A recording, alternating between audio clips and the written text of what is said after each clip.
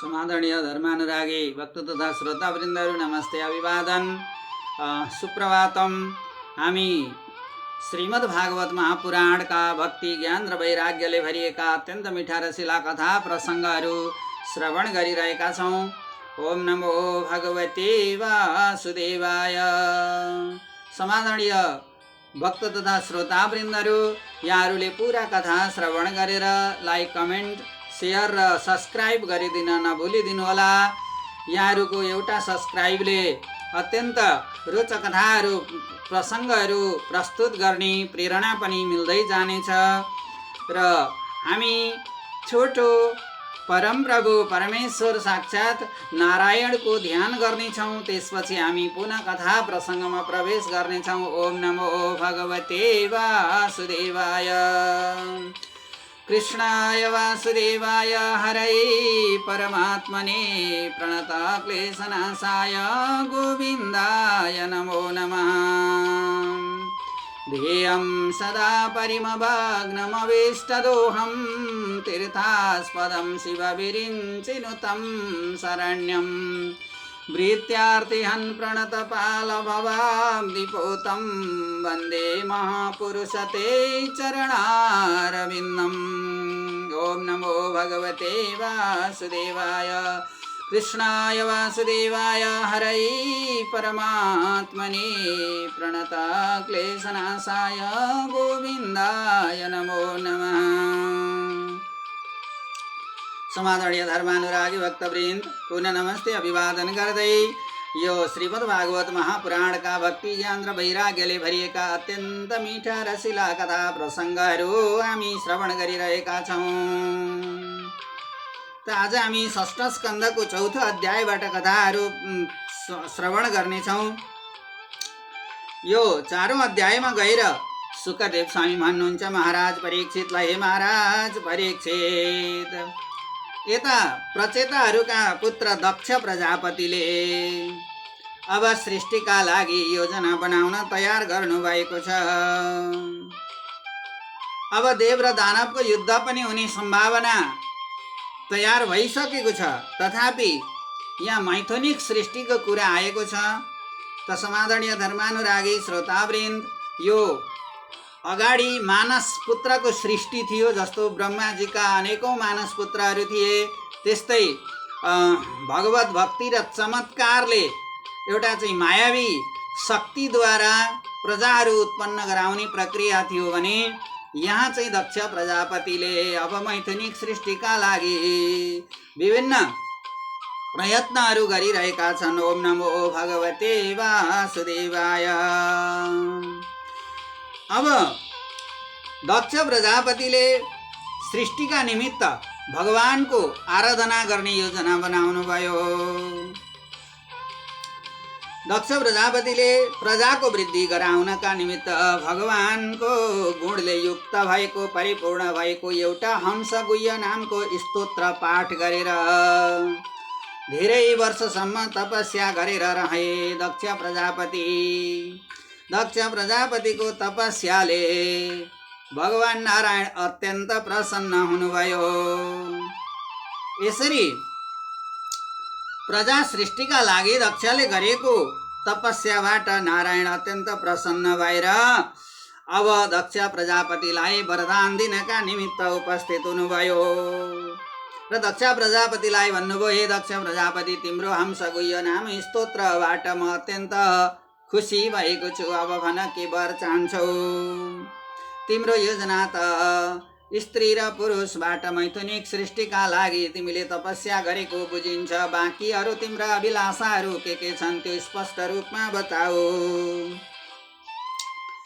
यति भनेर भगवानले दक्ष प्रजापतिलाई असिक्ना नाम गरेकी कन्या सहित, अब हे दक्ष प्रजापति, अहिलेसम्म मानसिक सृष्टि भएको थियो अथवा मानस सृष्टि भएको थियो, मायावी शक्तिद्वारा प्रजाहरू उत्पन्न गराइएका थिए भने अब चाहिँ पुरुष र स्त्रीबाट मैथुनिक सृष्टिको प्रारम्भ हुनु पर्दछ। अब यो पुरुष र स्त्रीद्वारा नै प्रजाको सृष्टि गर्ने प्रयत्न तिमीले गर्नुपर्दछ। यही आज्ञा भगवानले दक्ष प्रजापतिलाई वरदान स्वरूप प्रदान गर्नुभयो। ओम नमो भगवते वासुदेवाय। अब दक्ष प्रजापतिले सृष्टिका निमित्त विभिन्न उद्योगहरू गर्न लागे। सुखदेव स्वामी भन्नुहुन्छ, हे महाराज परीक्षित, दक्षका 100 पुत्रहरूलाई नारद ऋषिले गृहस्थमा दुःख हुन्छ, जङ्गलमा गएर तपस्या गर, वासुदेवको भजन गर भनेर भड्काइदिए। तिमीहरू जाऊ जङ्गलमा गएर तपस्या गर, यो गृहस्थको झन्झटमा किन फस्छौ, यहाँ त अत्यन्त दुःख छ। विवाह गर, सन्तान जन्माऊ, पालन पोषण गर, शिक्षा दीक्षा दिलाऊ, तिनीहरूलाई योग्य बनाऊ। यस्तो गृहस्थीको झन्झटमा फसेर, माया र मोहमा फसेर आफ्नो जीवन बर्बाद हुन्छ। हे दक्ष पुत्रहरू, होस् जान्दछौ भने तिमीहरू जङ्गलमा गएर उतै वासुदेवको भजन गर, आफ्नो जीवनलाई मुक्ति दिलाउने छौ। दक्ष प्रजापतिका छोराहरू, ल हाम्रा पिताजीले हामीलाई सृष्टिका लागि निर्देशन भएको छ, हामी जाउँ, आफ्नो ब्रह्मचर्य पालन गरौँ र विवाह गरेर गृहस्थी बिताएर अनि सृष्टि प्रारम्भ गरौँ भनी जङ्गलतर्फ लाग्दै थिए। बिचैमा देवर्षि नारदसँग ती दक्षका छोराहरूको भेट भयो। देवर्षि नारदले भन्नुभयो, ए दक्ष पुत्रहरू, यस्तो असल मानव जीवनलाई तिमीहरूले सदुपयोग गर, वासुदेवको भजन गर, यो गृहस्थको सृष्टिको जन्जालमा तिमीहरू नफस भनेर देवर्षि नारदले दक्षका छोराहरूलाई भड्काइदिनु भयो। अब लागे सबै जङ्गलतर्फ तपस्या गर्न। अब गृहस्थ त्यागिदिए। अब पिताको वचन अनुसार सृष्टि गर्नु भनेर पठाउनु भएको थियो। अब नारदका वचनले तिनीहरू सबै के गरे त भन्दा, संसार यो झुटो हो, केवल छाया मात्र हो, यो भ्रम हो, गृहस्थ भनेको सृष्टि भनेको, त्यसैले जाऊ वासुदेवको भजन गर भनेर देवर्षि नारदले लगाइदिनु भयो। अब सारा दक्षका छोराहरू भड्किए। अब यसरी जङ्गलमा गएर तपस्या गर्यौ भने परम पदमा प्राप्त हुन्छौ, वैकुण्ठका अधिकारी बन्दछौ भनेर देवर्षि नारदले जब दक्षका पुत्रहरूलाई भड्काइदिनु भयो, अब दक्ष प्रजापति साह्रै रिसाए देवर्षि नारदसँग। यही रिसाले देवर्षि नारदलाई दक्ष प्रजापतिले श्राप दिए। ओम नमो भगवते वासुदेवाय। फेरि अरू 100 पुत्रहरू उत्पन्न गराए दक्ष प्रजापतिले। दक्ष प्रजापतिका अरू 100 भाइ छोराहरूलाई पनि त्यसरी नै देवर्षि नारदले भड्काइदिएर जङ्गलमा गएर तपस्यामा लागे। कसै गर्दा पनि भएन। दक्ष प्रजापतिलाई अत्यन्त गाह्रो भयो।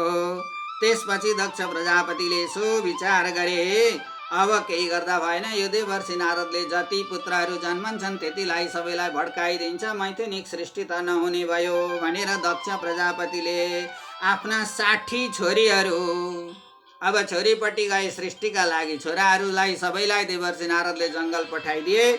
त्यसै कारण दक्ष प्रजापतिले आफ्ना 60 कन्याहरू कन्यादान गर्ने योजना बनाए। आफ्ना 60वटी कन्याहरू मध्ये 10 धर्मलाई दिए, 13 कश्यप प्रजापतिलाई, यसरी नै 27वटी चन्द्रमालाई दिए अनि 2 जना भूत र अङ्गिरालाई दिए, कृशाश्वलाई दिए।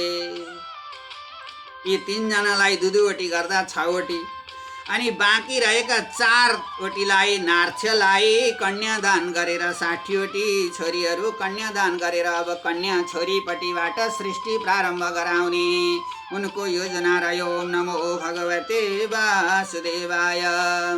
तिनै दक्ष प्रजापतिका 60वटी छोरीहरू मध्येबाट देव दानव यक्ष राक्षस सिद्ध साध्य किन्नर अप्सरा नाग पशु पंक्षी यी सबैको सृष्टि भएर गयो। यी सबै जन्मिए, कीट सम्पूर्णको उत्पत्ति भयो। अदितिका पुत्र। अब यतापट्टि कश्यप प्रजापतिका 2टी पत्नी अदिति र दिति। अब अदितिपट्टिका देवताहरू थिए, दितिपट्टिका दैत्यहरू थिए। कश्यप प्रजापतिका अदितिपट्टिका पत्नीबाट त्वष्टा नामका छोरा जन्मेका पुत्र थिए। त्वष्टा नामका छोरा, ती त्वष्टालाई दैत्यपट्टिकी छोरी रोचना विवाह गरिएको थियो। ओम नमो भगवते वासुदेवाय कृष्णाय वासुदेवाय हरये परमात्मने प्रणता क्लेशनाशाय गोविन्दाय नमो नमः। यता दैत्यपट्टिकी छोरी अब अदितिका छोरालाई, दितिकी छोरी जेठीका छोरालाई कान्छीपट्टिकी नातिनी विवाह गरियो। अब त्वष्टा देवतापट्टिका थिए अनि रोचना दैत्यपट्टिकी थिइन्। अब यी त्वष्टा र रोचनाबाट विश्वरूप भन्ने ब्राह्मणको जन्म भयो। ओम नमो भगवते वासुदेवाय। अब विश्वरूप दैत्यका छोरीपट्टिका नाति थिए।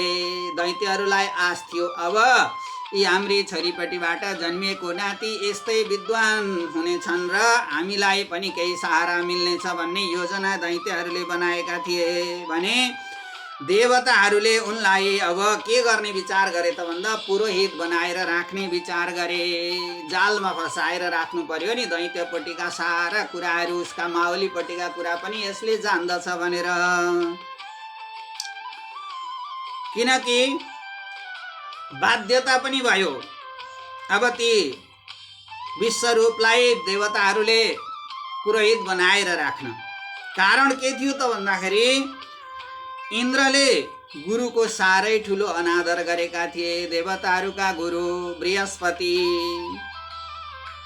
इन्द्रले साह्रै ठुलो अपमान गरेको हुनाले बृहस्पति अत्यन्त रिसले चुर भएका थिए इन्द्रदेखि। र अब गुरुको आसन त्यागेर बृहस्पति हिँडिदिएका थिए। अब स्वर्गको गुरुको आसन खाली भयो, देवताहरूका गुरु कोही पनि रहेनन्। अब यही मौकामा यिनै विश्वरूपलाई देवताहरूले गुरु बनाउने योजना बनाए। ओम नमो भगवते वासुदेवाय। अब यता स्वर्गमा एक दिन ठुलो सभा लगाएर देवराज इन्द्र बसेका थिए। देवराज इन्द्रको स्वर्गको सभामा गन्धर्व अप्सरा गान गरिरहेका थिए। अब यही समयमा बडा आनन्दसँग अप्सराहरूको, गन्धर्वहरूको गान र अप्सराहरूको नाचमा मग्न मस्त रहेका देवराज इन्द्रले आफ्नो सभा हलभित्र गुरुको आगमन भएको समेत थाहा पाएनन्। थाहा पाएर पनि थाहा नपाए जस्तो गरेर चुप लागेर आफ्नै मग्नमस्त ऐस आराम भोगविलासमा मोजमस्तीमा रमाइरहेका थिए। ओम नमो भगवते वासुदेवाय। गुरु बृहस्पति स्वर्गको सभामा प्रवेश गर्दा कुनै आदत सत्कार सम्मान समेत नगरेको र हेर्दा पनि नहेरेको, वास्तै नगरेको हुनाले गुरु बृहस्पति इन्द्रदेखि अत्यन्तै रिसाए। आफ्नो तिरस्कार गरेको देखेर एक क्षण पनि यो स्वर्गको सभामा यी देवताहरूको गुरु बनेर म बस्दिन भनेर गुरु बृहस्पति तत्कालै घर फर्केर जानुभयो। अब घरमा गएर समाधिद्वारा अदृश्य भएर कसैले देख्न र भेट्न नसक्ने भएर गुरु बृहस्पति बसिदिनु भयो।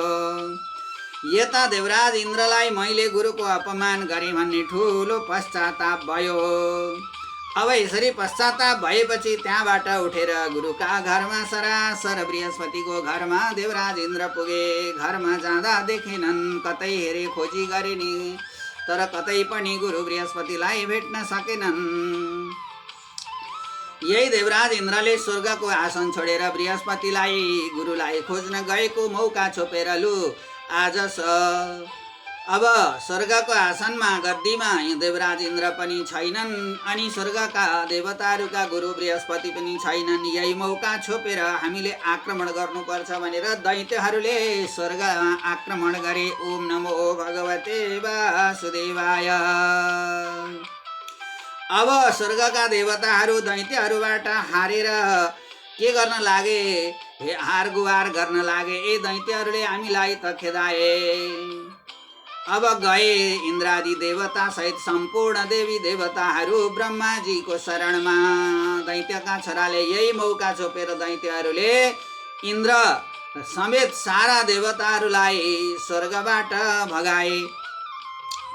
सम्पूर्ण देवता सहित अब इन्द्र समेत ब्रह्माजीको शरणमा गएर प्रार्थना गर्न लागे। ओम नमो भगवते वासुदेवाय। हे ब्रह्मदेव, हामी त लुट्यौँ सक्यौँ, हाम्रो स्वर्गको ऐश्वर्य सबै दैत्यहरूले छिने, स्वर्गको गद्दी समेत छिने, अब हाम्रो सारा लिने ठाउँ कहीँ पनि भएन, अब कसो गरौँ भनेर सारा गएर ब्रह्माजीको शरणमा परेर स्तुति गान गर्न लागे। सम्पूर्ण देवी देवता इन्द्र सहित, हे ब्रह्मदेव, अब हाम्रो शरण लिबक्स्योस्। जब सम्पूर्ण देवी देवताहरू स्वर्गासन छोडेर ब्रह्माजीको शरणमा गएर प्रार्थना गर्न लागेका थिए, अब ब्रह्माजीले भन्नुभयो, हे सम्पूर्ण देवताहरू, अहिले गुरु बृहस्पति रिसाएर तिमीले गरेको अपमानका कारण अन्तर्ध्यानमा योगद्वारा अन्तर्ध्यानमा रहनु भएको छ। अब गुरु बृहस्पति अहिले तत्कालै फिर्नुहुन्न। त्यसैले स्वर्गको गुरुको आसन खाली भएको देखेर, गद्दी पनि खाली देखेर दैत्यहरूले मौका छोपे, तिमीहरूलाई हटाए। अब तिमीहरू जाओ र त्वष्टाका छोरा, त्वष्टा भनेका देवतापट्टि अदितिपट्टिका छोरा, त्वष्टाका छोरा विश्वरूपलाई, जो दैत्यपट्टिकी छोरी विवाह गरेर जन्मिएका थिए विश्वरूप भन्ने, अब यी विश्वरूपलाई पुरोहित बनाऊ तिमीहरूले। अनि त्यसपछि स्वर्गको आसन, गुरुको आसन पुरा गर। यी विश्वरूपलाई पुरोहित बनाएर गुरुको आसन पुरा गर। अनि तिनै विश्वरूपले तिमीहरूलाई दैत्यहरूबाट विजय गराइदिनेछन् भनेर ब्रह्माजीले सम्पूर्ण देवताहरूलाई पठाइदिनु भयो। अब ब्रह्माजीको आज्ञा अनुसार देवताहरूले विश्वरूपलाई पुरोहित बनाएर स्वर्गको खाली रहेको गुरुको आसनमा ल्याएर बसाले। ओम नमो भगवते वासुदेवाय। समादरणीय धर्मानुरागी भक्त तथा श्रोतावृन्दहरू, अब यहाँ नारायण कवचको प्रसङ्ग आएको छ। सम्पूर्ण देवताहरूलाई रक्षा गराउनका निमित्त अब यी विश्वरूपले नारायण कवचको पाठ गराउँछन् र सम्पूर्ण देवी देवताहरूलाई स्वर्गमा रक्षा कवच प्रदान गराउँदैछन्। ओम नमो भगवते वासुदेवाय। यो नारायण कवच तपाईँ हामी सबैले दैनिक पाठ गर्ने गऱ्यौँ भने सबै किसिमका अनिष्टहरू टरेर जान्छन् भन्ने हाम्रो शास्त्रीय मान्यता रहेको छ। त्यसैले यो नारायण कवच सदा पाठ गर्नाले नारायणको कृपा दृष्टि सधैँ रहिरहन्छ भनेर तपाईँ हामी पनि सधैँ नित्य नारायण कवचलाई पाठ गर्ने गर्दछौँ। पाठ गर्न नजाने पनि नारायण कवचको अथवा भागवतको पुस्तक घरमा राखेर हामी पूजा समेत गर्ने गर्दछौँ। त यो नारायण कवच सम्पूर्णलाई पाठ गराएर, नारायण कवच धारण गराएर स्वर्गका देवताहरूलाई स्वर्गको रक्षा गराउने प्रयत्नमा विश्वरूप लाग्नु भएको छ। अब यो नारायण कवच पाठ गर्दा हात गोडा धोइकन आचमन गरेर ओम केशवाय नमः, माधवाय नमः, गोविन्द गरुडाजाय नमः, विष्णवे नमः भनेर आचमन गरेर पवित्र धारण गर्नुपर्दछ। कुशको बनाइएको पवित्र। यसरी पवित्र धारण गरेर उत्तरतर्फ फर्कनु पर्दछ र अनि अङ्गन्यास गर्नुपर्दछ। सम्पूर्ण शरीरको अङ्गन्यास विधि अनुसार अङ्गन्यास गर्नुपर्दछ, करन्यास गर्नुपर्दछ र आफूलाई शुद्ध पवित्र कुशासनमा बसेर यो नारायण कवचको पाठ गर्नु पर्दछ। यो नारायण कवचमा गरुडका पीठमा छ पाउ जसका, अनि शङ्ख चक्र गदा पद्म तरबार बाण धनु पास यस्ता धारण गरेका बहुशा जसका, यस्ता 8 बाहु भएका भगवान नारायण, ऐश्वर्यादि 8 गुणले युक्त भएका भगवान मेरो सर्वरक्षा गरिबक्स्योस् हे नारायण भनेर यसरी पाठ गरिन्छ। र अब सम्पूर्ण यो नारायण कवचलाई पाठ गरेर यो नारायण कवच धारण गर्नेले जसलाई छुन्छ अथवा जसले यो नारायण कवच पाठ गर्ने र नारायण कवच धारण गर्नेले जसलाई स्पर्श गर्दछ ऊ आफूलाई मात्रै होइन अरूलाई समेत केही कुराको डर हुँदैन। नारायण कवच पढ्ने व्यक्तिले जसलाई स्पर्श गर्दछ त्यसलाई समेत कुनै कुराको डर हुँदैन। यो त्यति बलियो नारायण कवच हो। कवच भनेकै मेरा समादरणीय धर्मानुरागी श्रोता तथा भक्तवृन्दहरू, कवच भनेकै हाम्रो शरीरको तन मन ध्यान ज्ञानलाई रक्षा गर्ने कवच हो। त्यसैले हाम्रो शास्त्रीय मान्यता अनुसार यो नारायण कवचको धारण भनेर बताइएको छ। यही नारायण कवचको धारण विश्वरूपले देवताहरूलाई स्वर्गमा गराएका छन्। यो नारायण कवच धारण गरेर सङ्ग्राममा गयो भने विजय प्राप्त हुन्छ। पढ्न पढाउन गए ज्ञानमा वृद्धि भएर जान्छ। सङ्ग्राम गर्न गए विजय प्राप्त हुन्छ। व्यापार गर्न गए व्यापार सिद्धि भएर जान्छ। त्यसैले मेरा समादरणीय धर्मानुरागी श्रोता तथा भक्तवृन्दहरू, नारायण कवचको अत्यन्तै गम्भीर र गहिरो महत्त्व रहेको छ।